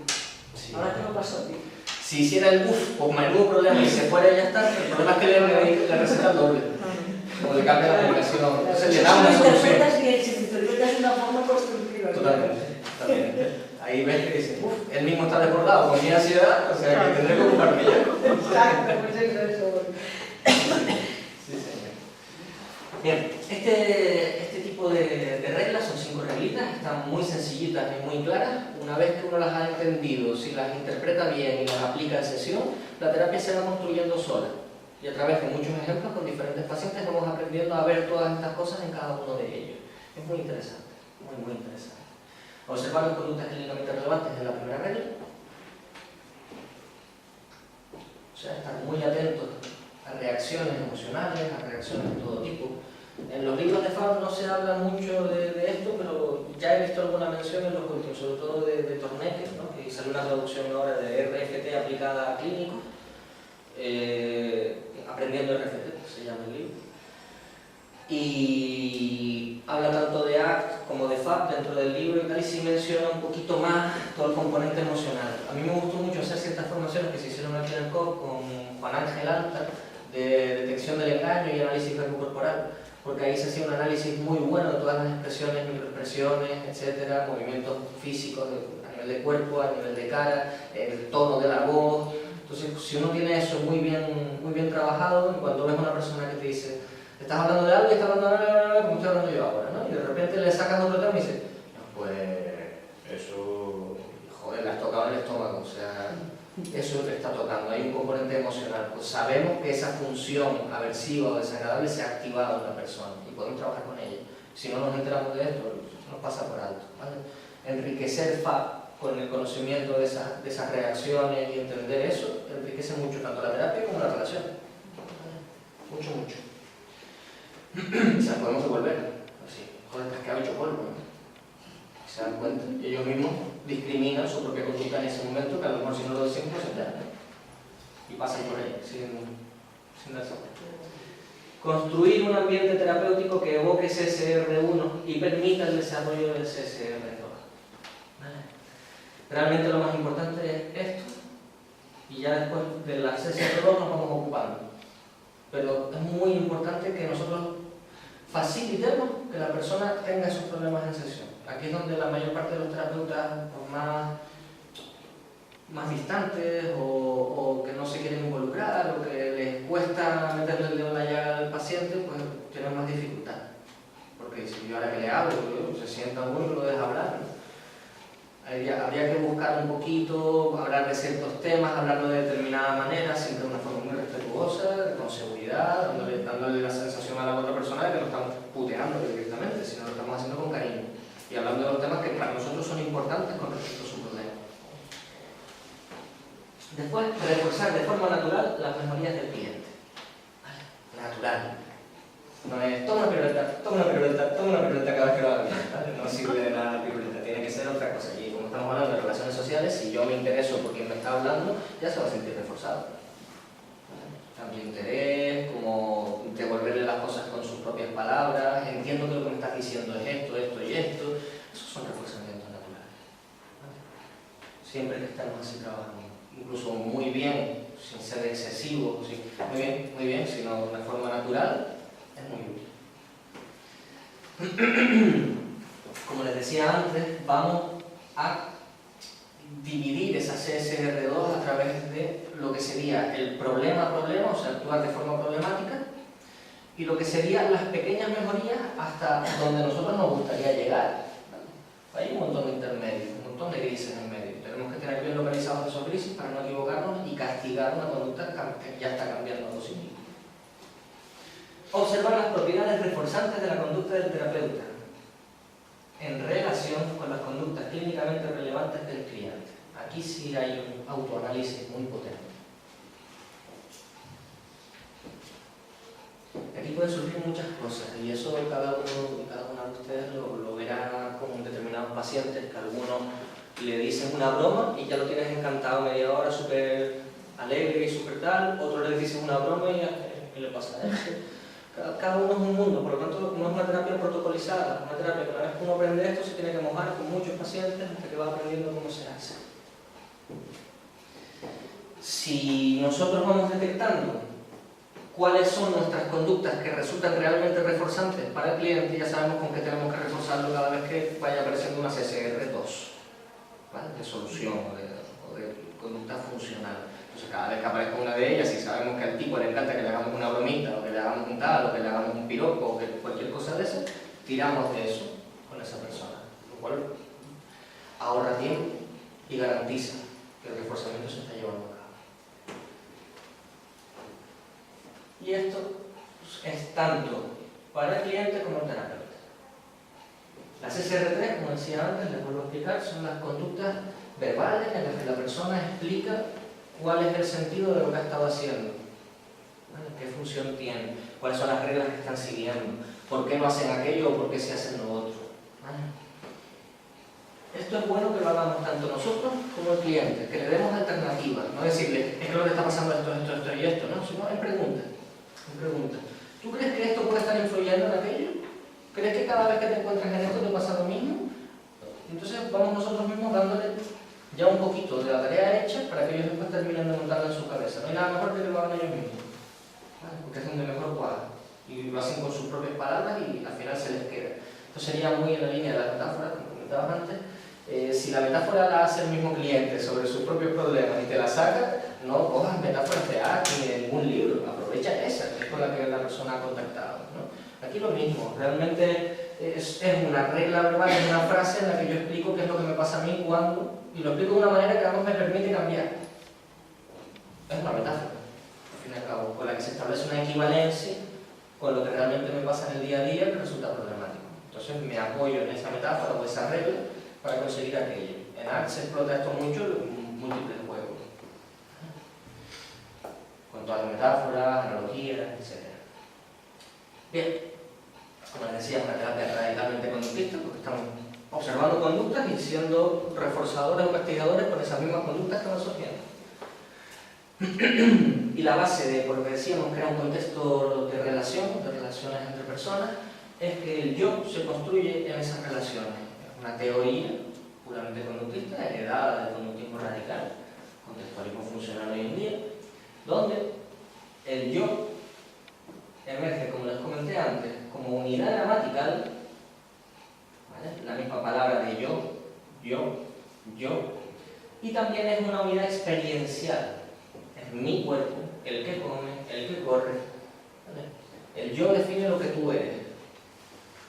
Y en la propia construcción del yo, en base a cómo me relaciono con los demás, es donde está anclado el problema.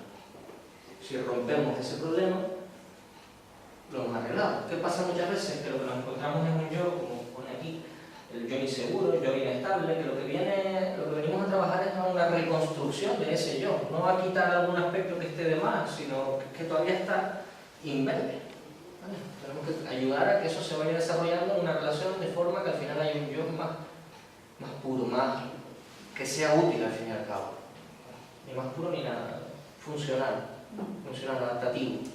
Que mi propia experiencia del yo, más mi propia idea de lo que yo soy, sea adaptativa a mis circunstancias. Sea flexible, me permita moverme en determinadas circunstancias. Como decía, en los trastornos graves del yo, trastornos límite de personalidad, trastornos de personalidad múltiple y otros, sirve muy bien la terapia. Eso sí, protocolos muy largos, ¿vale? 20 sesiones, incluso 25 sesiones, pero funciona. Y con trastornos menos graves, que dice aquí yo inseguro, yo inestable, trastornos de personalidad narcisista y otros, se puede hacer protocolos bastante breves, incluso en problemas de habilidades sociales, puedes hacer 4 o 5 sesiones en esta línea y el cambio radical, hacer un poco de psicoeducación nada más y todo lo demás puramente en la relación y cambia muy rápido. Actualmente el equipo de Sai Collenberg están desarrollando, no sé si ya salió la publicación, pero ya era para este año o el año pasado o principios de este, un protocolo breve en 4 sesiones, otro protocolo en 6 y investigados, bastante bien analizados, están obteniendo buenos resultados en ellos, porque querían un poco resumir la terapia, igual que se hizo con ACT, la terapia de aceptación y compromiso en un principio era interminable, y hoy en día hay también protocolos de 4 a 8 sesiones, 12 sesiones, dependiendo de la dificultad. Igualmente, como les decía, no es algo protocolizado, entonces uno va cogiendo ciertas líneas, ciertas ideas, ciertos problemas y va trabajándolo según van surgiendo cosas que nos sirven para trabajar. Bien. Nos vamos a la activación conductual. Como les decía antes, el contexto situacional o ambiental. Aquí contexto se entiende como ambiente. ¿De dónde salió esta terapia? De la terapia cognitiva de Beck para la depresión. O sea que como él no tiene unas raíces conductistas, ni mucho menos en origen. Se cogió una investigación, bueno, les voy a comentar primero. La terapia cognitiva de Beck tenía tres elementos importantes, ¿vale? Tres elementos centrales. La activación conductual, ¿vale? Actuar, hacer algo, esto lo robaron, dice, de modelos anteriores, de la primera hora. Y se le suponía poca o casi ningún interés dentro del modelo general. No era la parte relevante del modelo. Eso se tenía como por algo secundario. Después tenemos las técnicas cognitivas de modificación de pensamientos erróneos, automáticos, que estarían en la base de la depresión. De hecho, se les supone, en este modelo de la terapia cognitiva de Beck y también en el modelo biomédico, como decía al principio, se les supone una causalidad a estos esquemas, a estos pensamientos, a estas formas de pensar las cosas.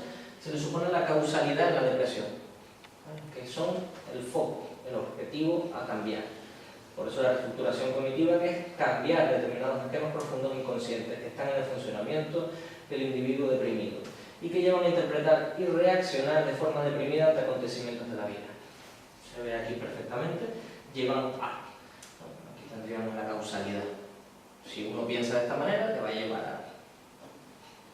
La realidad es otra.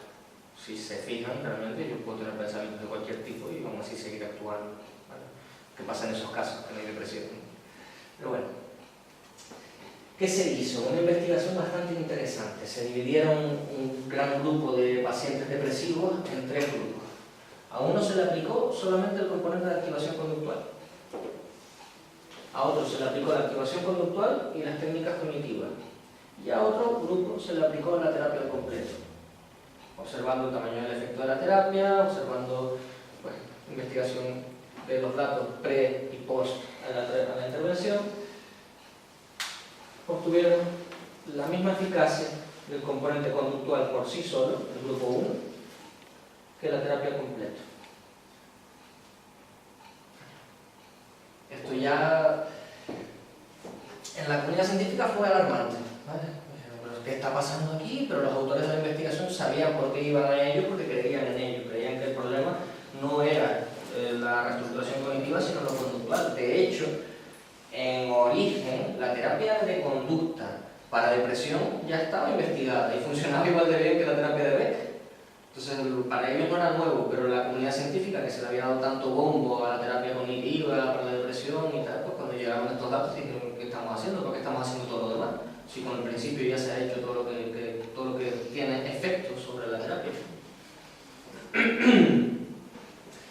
Entonces eso, al desmantelar los componentes, se dieron cuenta de esto, y como estaba la misma eficacia, Jacobson, muy inteligentemente, trató de crear una terapia basada solamente en la activación conductual.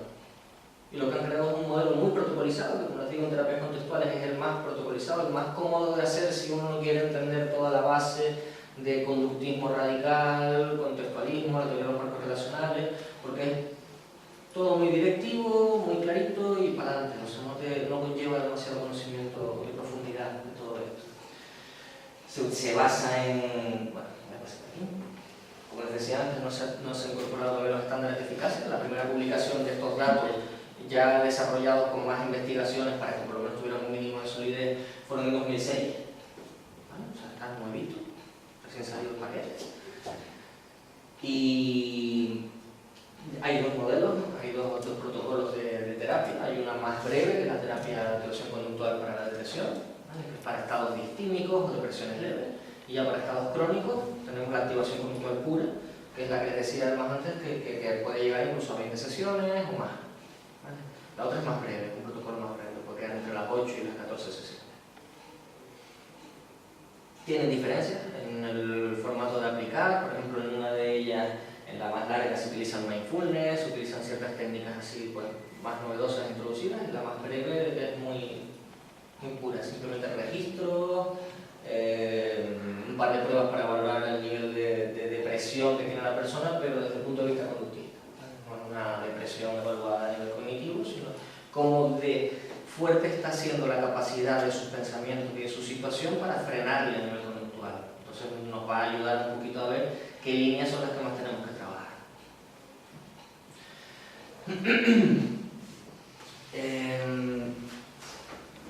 Interesante de esto, como les estuve comentando antes ya, que no es la persona la que tiene una depresión, sino que está metida en una situación depresiva, no la tiene dentro, sino está fuera. La persona es la que está dentro de la situación depresiva, y esto da un modelo contextual que comprende bien la depresión. De hecho está bastante bien sostenido a nivel teórico, como les decimos, todavía está por seguir investigando, y da un modelo para la depresión totalmente fuera de lo que decía el biomédico, fuera del DSM, fuera de toda esta línea, y además que nos da las claves para poder intervenir. Me gusta mucho esta palabra, ¿vale? Está ahí por Marino Pérez Aldante. Él lo está mencionando últimamente en continuidad en todas las charlas que dan, en todas las conferencias, en sus libros. Está hablando ya continuamente de problemas existenciales. Un problema normal de la vida de una persona. Un problema normal que al final se iba estirando, convirtiendo en algo tan enrevesado y un bucle tan complicado del que salir, que al final lo llamamos depresión. Pero es un problema normal del día a día.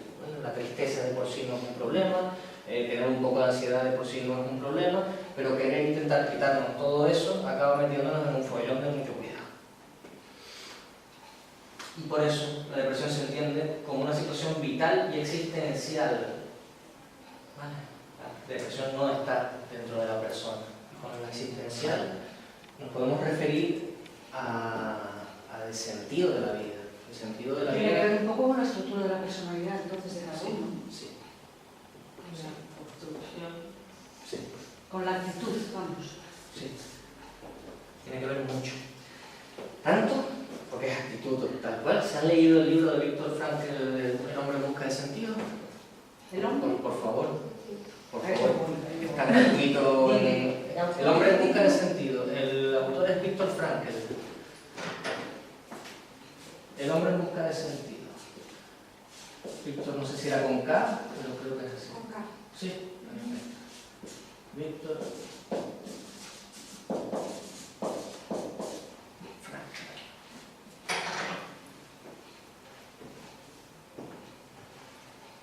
El hombre fuera del sentido. En busca. Si fuera de sentido total. Es un gran libro, les cuento un poquito por encima para que sepan de qué va, ¿vale? Viktor Frankl es el autor de la logoterapia, ¿vale? Psiquiatra. Creó una terapia que justo está basada en el sentido de la vida, en el sentido de todo lo que hacemos, de para qué estamos aquí. Este señor fue un superviviente de un campo de concentración nazi en Auschwitz, si no me equivoco, que fue uno de los peores alemanes, y estuvo desde el principio hasta el final, fue de los pocos supervivientes. Y él iba viendo cómo la gente que iba perdiendo el sentido, la fe, que se puede llamar en otras formas de entenderlo, se iba muriendo. ¿Vale? Y la gente que iba manteniendo un sentido, fuera cual fuera, daba igual. Que cuando salga de aquí, volver a ver a mi perro, lo que sea, cualquier cosa que te ate a la realidad, era suficiente para mantenerte vivo. Y entonces, desde ahí él creó una terapia, la logoterapia, que se parece muchísimo a la terapia de aceptación y compromiso, se parece muchísimo a otras terapias de esta índole. Mucho, mucho.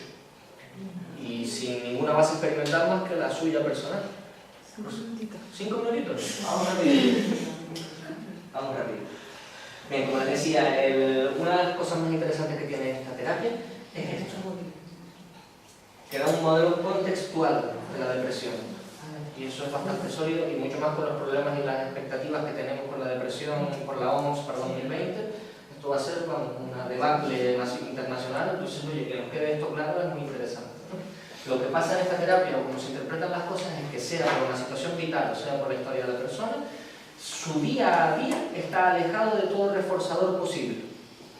¿Vale? Incluso las cosas que podían haber sido reforzadoras en otro momento de su vida, ya incluso se han intoxicado también y se convierte todo en aversivo o neutro.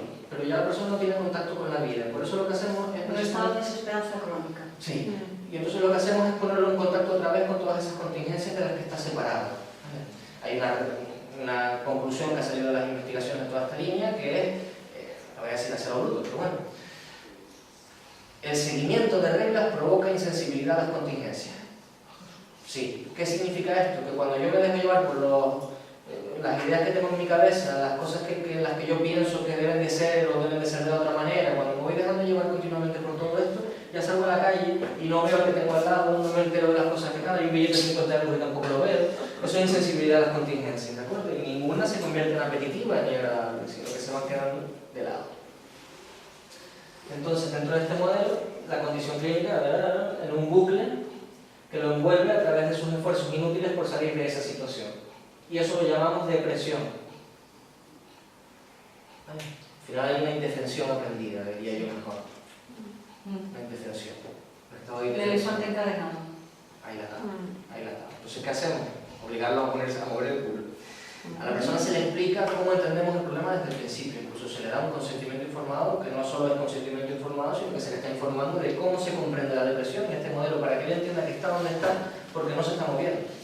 Y entonces lo utilizamos como pie para... De hecho, lo pongo aquí.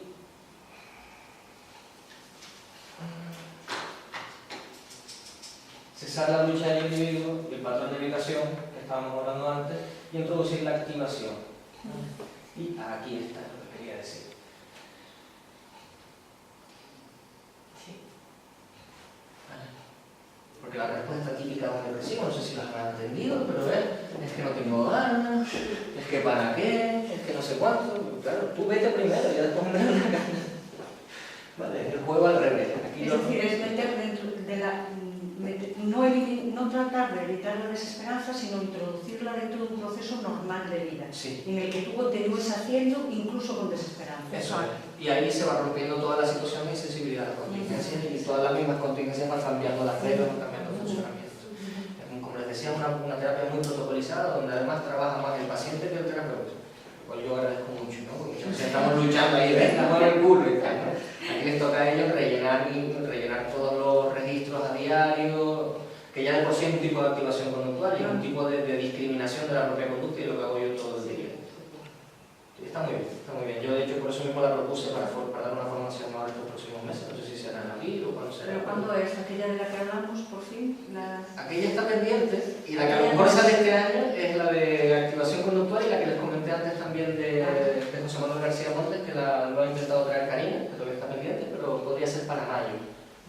Esto se va posponiendo en diciembre, en marzo. Sí. No, yo estuve esperando para noviembre, quería darle una piel, y al final quedó ahí, no sé qué pasó con él, pero bueno. Esperemos que no muera. Desestimé, si no lo deben de ser, pero sí, ya iré bien. Bueno, no me quiero liar muchísimo más, ¿vale? Como vemos, ejemplos de acción son levantarse a las 10 en vez de las 11. Si el levantarse está siendo importante para la persona, ¿vale? Si es un tema donde podamos ver, se hace una evaluación bastante profunda de qué cosas son reforzantes para la persona, por lo menos lo eran cuando estaba ahí, y qué cosas no. Y entonces vamos a buscar los máximos reforzadores posibles instantáneos, y en cuanto ya haya reforzadores instantáneos, vamos a empezar a introducir refuerzos más a medio y largo plazo. Se estructura todo bastante bien y es una buena terapia. A veces, con algunos pacientes, lo que cuesta es que se metan en el juego. Bueno, eso es terapia conductual pura y dura. Pura y dura, pero de la buena. Sí, lo que pasa es que metemos valores, metemos desesperanza, metemos mindfulness, metemos ciertas cosas que ya no son tan puramente conductuales, pero son como herramientas para conseguir al final lo puramente conductual. Como les decía, valores son actividades significativas. Bueno, no es hacer cualquier cosa, ¿no? Vete al gimnasio, pues si el gimnasio le resbala y le resbala su imagen personal y le resbala todo, pues estás haciendo una mala idea porque no va a ser reforzador y va a moverse sin conseguir nada a cambio, lo cual va a dificultar muchísimo que después consigas que mueva el culo. Esto, lo que les comentaba antes, es muy importante que el cliente entienda cómo estamos comprendiendo su problema y por qué la solución tiene sentido dentro de ese problema. Aquí, esta frase es de Víctor Frankl, ¿vale? Y es de lo que estábamos hablando antes. Si quieren la leo, que está en negro. Sí, no sé. Cuando uno tiene un porqué para vivir, puede soportar casi cualquier cómo. Una potenciación de la aceptación. Y la aceptación como una aceptación activa, no como una resignación. Como algo que yo propositivamente decido aceptar para poder hacer lo que yo pretendo dentro de mi vida. El sentido de la vida iría por aquí. Y la última, con 1 minuto de tiempo con suerte, ¿no? Sí. Bien. Autodistanciamiento comprensivo, como les comenté antes, empezó por ahí, ¿vale? Está basada en el contextualismo funcional, que es tanto una ciencia como una filosofía de la ciencia, ¿vale? Muy crítica, un tema bastante radical, en el sentido de raíz, que igual que con un tiempo radical, ¿no? Se ha ido hasta lo más básico de todo lo posible, ¿no? Desde la filosofía de la ciencia, ciencia experimental básica, ciencia experimental aplicada, y confluir todos esos asuntos en un modelo de terapia. Por eso ha sido lenta, ¿no? Empezó en los años 70, pero hasta llegar aquí, hoy en día como estamos, pues ha tardado, porque lo han hecho bien, desde la base. Voy a tener que cortar totalmente. Ya les comentaba que la aceptación no es una resignación, sino que es una aceptación activa. La persona es el contexto, como decíamos antes, social verbal, ¿no? Que es ese lenguaje en el que andamos metidos completamente, ¿no? Y todas esas funciones, se entiende el problema quizás de diferente con los demás, es que aquí el problema lo vamos a entender en cómo yo me relaciono con mis propias experiencias, con mis propios pensamientos, con mis propias sensaciones, con mis propios recuerdos, con mis miedos, con mis sensaciones emocionales desagradables, cómo yo me relaciono con ellos e incluso cómo las interpreto, va a influir en cómo yo siga relacionándome después con ellos también, y en cómo se van generando unos patrones de evitación destructiva bastante amplios, donde al final yo me voy encerrando y encerrando y encerrando. Esta terapia trata de romper eso, no a través de poner a la persona en movimiento, que sería la activación conductual, ni a través de luchar en lo personal, que sería FAB, sino de plantearle ciertos ejercicios mentales, ciertos ejercicios físicos también, fisicalizaciones, que serían analogías del problema, donde la persona se enfrente a aquello y lo ponga no solo en duda, que ya estaríamos hablando en parte de reestructuración cognitiva, ¿no? Ponerlos en duda, sino que se plantee si le sirve de algo seguir con ese juego, o si además es capaz de hacer lo que quiere hacer sin necesidad de tener que arreglar ese juego, sea lo que está pensando, sea cualquier cosa. Por ejemplo, yo puedo pensar en que no voy a mover la mano y sin embargo no parar de moverla, ¿vale? Lo que yo pienso es una cosa, lo que yo hago es otra, y puedo decidir sobre lo que hago. Sobre lo que pienso es más complicado, porque la mayor parte de los pensamientos son automáticos. Si yo digo la palabra pepino, como dije antes, ¿vale? A cada uno de nosotros nos viene una imagen de un pepino, una imagen de una ensalada, una imagen de algo, y no lo hemos elegido. Al decirlo, ha aparecido, ¿vale? Lo mismo ocurre con muchos miedos, con muchas cosas, con la misma idea que tenemos de la ansiedad. Cuando sentimos ansiedad y decimos, porque la ansiedad es una enfermedad, porque a mi tía la medican por para eso, ¿verdad? Y entonces de repente empezamos a construir una idea de lo que es la ansiedad, que si encima la estamos teniendo dentro, lo unimos a la idea de lo que es yo, ¿vale? Y entonces tenemos un problema montado, porque ahora vamos a estar evitándonos a nosotros mismos partes de nuestra experiencia que son inevitables. Aquí lo que intentamos es romper esa evitación, que estemos dispuestos a vivir la experiencia en su plenitud. Y cuando lo estamos haciendo, buscar una forma en la que lo que uno hace vaya adquiriendo sentido, significado, que todo aquello le lleve hacia algún lugar. Por un lado, fortalecemos la capacidad de tolerar esos síntomas y por otro lado, fortalecemos la calidad de vida. Interesante de todo esto, los resultados de todas estas terapias más o menos son equivalentes a los de las cognitivo-conductuales y a otros modelos. A nivel pre-post, ¿vale? ¿Qué ocurre? Que a largo plazo esta se mantiene. Las otras volvemos a tener personas cronificadas de nuevo, o que mejoran durante unos meses y vuelven a caer en el mismo patrón. Aquí no. Aquí en su mayoría se mantienen los resultados a largo plazo. Y eso es lo que están dando tanto las investigaciones básicas como los metaanálisis que se están haciendo, obteniendo mucha información muy potente en este sentido. O sea, que cuando una persona estaba imbuida en un problema y le enseñaste a gestionar aquellos pensamientos que tenía en aquel momento, de repente salió del problema un par de meses. Eso sí, cuando vinieron otros pensamientos riesgosos ya no sabía cómo afrontarlo, porque eran otros pensamientos. Aquí enseñamos cómo afrontar cualquier pensamiento, cualquier emoción, siempre desde la perspectiva de la persona que lo experimenta, que se menciona en ACT como yo contexto, ¿no? Es el contexto donde vives toda la variabilidad de experiencias. Si te haces fuerte a ellas y las comprendes, da igual que cambien de nombre, siguen siendo pensamientos. La persona la entrenas a superar situaciones posteriores también. Por eso se mantienen los resultados, incluso en varias de las investigaciones se ha obtenido que una vez ya dejada la terapia al año, no solo que se haya mantenido el resultado, sino que están mucho mejor todavía, siguen avanzando. Porque eso es un gran paso para nuestra ciencia. Bien, como les les decía, esto tiene que ver un poquito con la experiencia, y aquí os voy a cortar un poco. Igualmente, como ACTA es la que más información hay, pues es la que más acceso tienen a nivel de publicaciones, artículos y libros. Si quieren después, ahora, si alguien necesita lectura o quiere cositas, pues bueno, les puedo dar todo lo que quieran, ¿vale? Me preguntan y sin problema. ¿Cuándo ocurre el problema psicológico? Lo que acabo de decir. Aspectos que son propios de mi experiencia, pensamientos, recuerdos, emociones, generan un malestar contra el que yo intento luchar. ¿Vale? Tanto con el malestar como con el foco que genera ese malestar, que pueden ser los mismos eventos privados, los mismos pensamientos. Y eso me mete en un bucle que precisamente, cuando ocurre así, o sea, yo puedo evitar una cosa y que me vaya estupendamente un día y ya está. Pero cuando esto se vuelve inflexible y continuo, y encima se va ampliando a más cosas por generalización, en el sentido contrario que buscamos en la terapia, al final las personas están realmente como una coraza en su vida, ¿no? Y tanto una coraza de moverse a nivel conductual, de salir de la casa y hacer cosas en su vida, como de aquí. Estoy pensando, no, tengo que pensar en una cosa, yo quiero... Y se ponen a luchar, no hacen nada. Y están ahí rumiando muchas veces, ¿no? También la rumia de por sí mismo, a veces estamos enganchados a ella porque creemos que pensando en el problema solucionaremos el problema. Pero ya han pasado 10 años y seguimos dándole vuelta, ¿no? En fin.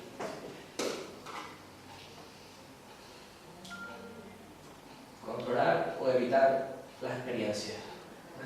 Lo que podemos controlar es lo que hacemos. A veces. Yo no puedo volar. Y la biología influye, pero hay otras cosas en las que la biología nos causa. ¿Vale? Contexto, nada más. Como decíamos, entran en quitar lo no posible y tratar de quitarlo puede convertirse precisamente en el problema. Y esta es la gran pregunta que nos hacen los pacientes cuando llegamos al momento de la desesperanza creativa que se llama, ¿no? Desesperanza, todo lo que está haciendo para intentar salir del problema, y entonces dice, ¿y entonces qué hago? ¿No? Pues cambiar la forma de trabajar, ¿no? Y eso supone un cambio radical y sobre todo con el modelo biomédico, porque estás cambiando el contexto del problema y el problema al hacer eso cambia. ¿Vale? No necesitamos ni quitar los síntomas, ni arreglar un cerebro estropeado, ni nada de todo eso. Y funciona.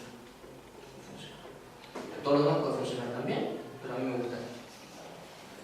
Cambiar el contexto en el que la persona tiene el problema. Como les decía, aceptación en lugar de lucha, autodistanciamiento y el compromiso, ¿vale? Que está metido en todas estas terapias, ¿vale? Siempre hay un compromiso. Si no hay compromiso lo hemos dejado en nada, hemos hablado de algo y ya está. Entonces, ese compromiso es una activación conductual en la que uno se compromete a hacer las cosas que tiene que hacer para llegar a donde quiere llegar, haya lo que haya. No voy a ser fuerte. Aunque tenga una vocecita aquí dentro diciéndome no vayas que lo vas a pasar fatal, no vayas que vas a quedar mal, no vayas que no sé cuánto, y yo digo, sí, lo que tú digas, y voy. Pero para eso hay que contactar muy bien. Ese es el trabajo del terapeuta, ayudarle a que contacte. Y por ahí van toda la línea de analogías, metáforas, es una ayuda bastante potente para que la persona contacte con ese problema y contacte con esto. Por ejemplo, podríamos hablar de la metáfora del hombre en el hoyo, ¿no? Le pones una pala al paciente y cada vez que intenta solucionar el problema lo que estás quitándole la navaja, ¿no? Cada vez que intenta evitar la situación problemática y sigue, va a salir del hoyo. Le pones además fuera del hoyo, le pones las cosas que le importan, sus valores, su familia, su futuro profesional, su educación, su disfrute, el cine, la música, todo se lo pones fuera del pozo. Entonces, ¿y ahora qué sigues? ¿Qué quieres hacer? ¿Seguir enterrándote para debajo? Si la persona contacta con eso, conseguimos que realmente contacte, hay que hacerlo con tiempo, con calma, e ir mencionando los puntos claves en cada momento, la persona misma se desesperanza en ese momento, ¿no? Se da cuenta de que por mucho que siga tirando tierra no va a salir del hoyo. Bueno, se casa por China, ¿no? Pero ya está. Entonces, ese momento de desesperanza, ese momento de rotura de lo que la persona cree que debe hacer, es el momento que nos abre pie, por su desesperanza creativa, nos abre pie a que por fin haga algo diferente.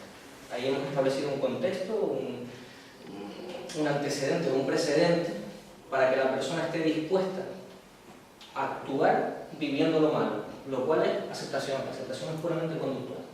Es puramente, aunque lo tenga, lo hago. Entonces lo estoy aceptando. Bien.